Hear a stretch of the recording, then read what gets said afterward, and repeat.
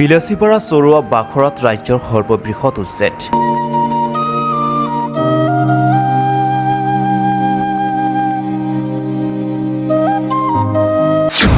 উচ্ছেদস্থলী পৰিভ্ৰমণ প্ৰাক্তন বিধায়ক আলী আকবৰ মিয়াৰ।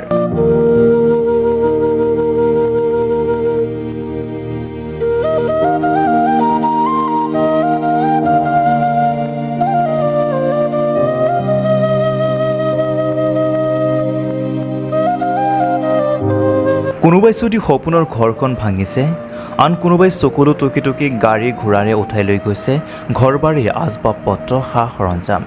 থানবান হৈ গৈছে ভৱিষ্যত পৰিকল্পনা।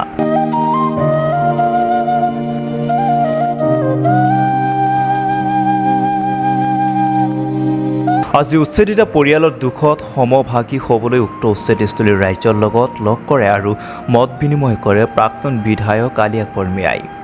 আৰু প্ৰাক্তন বিধায়ক মিয়াই আক্ষেপ কৰি কয় যে ৰাইজৰ দুখ চাই বুকু ফাটি যায়, কিন্তু কি কৰিম, আমি উপায়হীন, কাৰণ বিধায়ক পদত মই নাই।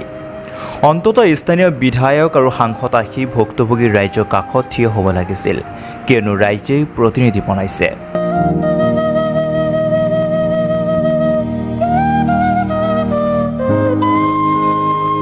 বিলাসীপাৰাৰ পৰা আছিৰুদ্দিন সিঙৰ ৰিপৰ্ট, দ্য ক্ৰছ টাইমছ।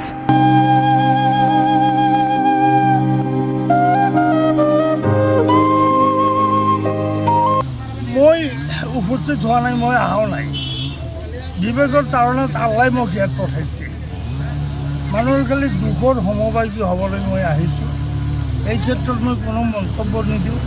খালি এটাই মন্তব্য দিম, যিমান দল সংগঠন আছে, যিমান পাৰ্টি আছে, চবকে হাতে ভৰিত যদি অনুৰোধ কৰিম, কোনেও কাৰো বিৰুদ্ধে কথা নকয়। চবেই পকেটত হাত দি 200-500 টকা চবেই যদি সহায় কৰিব পাৰা ভাই কৰা। ইয়াতকৈ বেছি কথা একো নকওঁ। কথা কোৱাৰ সাহস নাই। এই মানুহখিনি চকুত পানী আছে, কি লেকচাৰ দিব, কি বক্তব্য ৰাখে। বহুত বক্তব্য দেখা হ'ল, বক্তব্য দেখি এই মানুহখিনি উচ্ছেদ হ'ল। কিন্তু মই বাহাদুৰি কৰি ক'ম, মোৰ দোষ নাই, মোৰ দোষ ইয়াত নাই। 6 মাহৰ পৰা মই দুৰ্ভাগ্য মই পাওঁ। মই যদি আজিও মই ক'ম, মই বিধায়ক থাকিলে এই ঘৰবাৰীবিলাক উচ্ছেদ কৰিব নোৱাৰিলোঁ। ইমান ৰাইজে ভক্তভোগী হোৱাৰ পিছতো এতিয়ালৈকে স্থানীয় বিধায়ক অহা নাই, এতিয়া আপুনি কি ক'ব? মই একো নকওঁ, কোনো বিধায়ক সাংসদৰ বিৰুদ্ধে নকওঁ। তথাপি সাংসদজনৰ বিৰুদ্ধে, ৰকিবুল হুছেইনৰ বিৰুদ্ধে মই ক'ব লাগিব। ই মানুহ নে চোৱাৰ মই নাজানো। মানুহৰ ঘৰত জন্ম লৈছে, কুকুৰৰ ঘৰত জন্ম লৈছে মই নাজানো, আল্লাই জানে। ই যদি এই লম্বা লম্বা লেকচাৰবিলাক নিদিলে হয়, এজন নহয়, দুজন নহয়, 3জন নহয়, 50জন হিমন্ত আহি আমাৰ নম এটা লৰাব নোৱাৰি। এতিয়া আপোনাক যদি মই চালা কওঁ, আপুনি মোক চুটমানি নক'ব? কওক ভাইজান, কওক।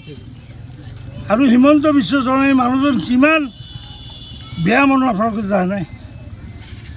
গোৱালপাৰাত কৈ দিলে, MLA যদি মোক চেলেঞ্জ নিদিলে হয়, মই উচ্ছেদ নকৰিলোঁ হয়। গোৱালপাৰাত কোৱা নাই? MLA যদি মোক চেলেঞ্জ নিদিলে হয়, মই উচ্ছেদ নকৰিলোঁ হয়।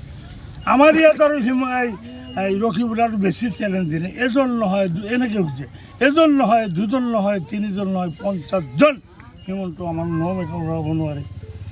এতিয়া হিমন্তই গৈ আছে, এই তহঁতক ভাঙিলোঁ, এই ৰকিবুল তুই কিডাল ছিঙি আছ, কথাটো ওই ধৰণ তেনেকৈ ধৰণে গৈছে।